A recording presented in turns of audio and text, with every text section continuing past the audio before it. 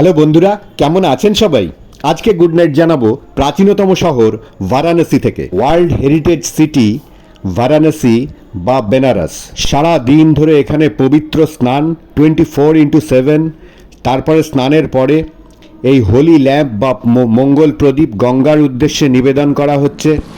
এখানকার ইতিহাস যেন পরতে পরতে মোড়া বারাণসীকে আরও আকর্ষণীয় করে তুলেছে। সন্ধ্যার বারাণসী আরতির পর তো আরও এক নস্টালজিক হয়ে ওঠে।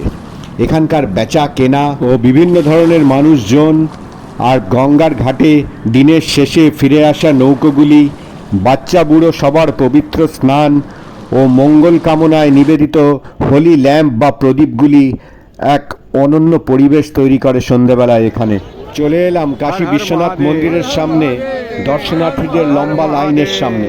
এখানে ম্যান উইথ দ্য টারবান বা ভারতীয় চিরাচরিত পোশাকের মানুষগুলির এক আলাদা ইমপ্রেশন আপনার মনে ফেলতে বাধ্য। এখানে এই দশাশ্বমেধ ঘাট থেকে অন্নদান মহাদান লেখা রয়েছে দেখলাম, এবং এখানে প্রতিদিন বিনা পয়সায় প্রত্যেকের জন্য খাবার সার্ভ করা হয়।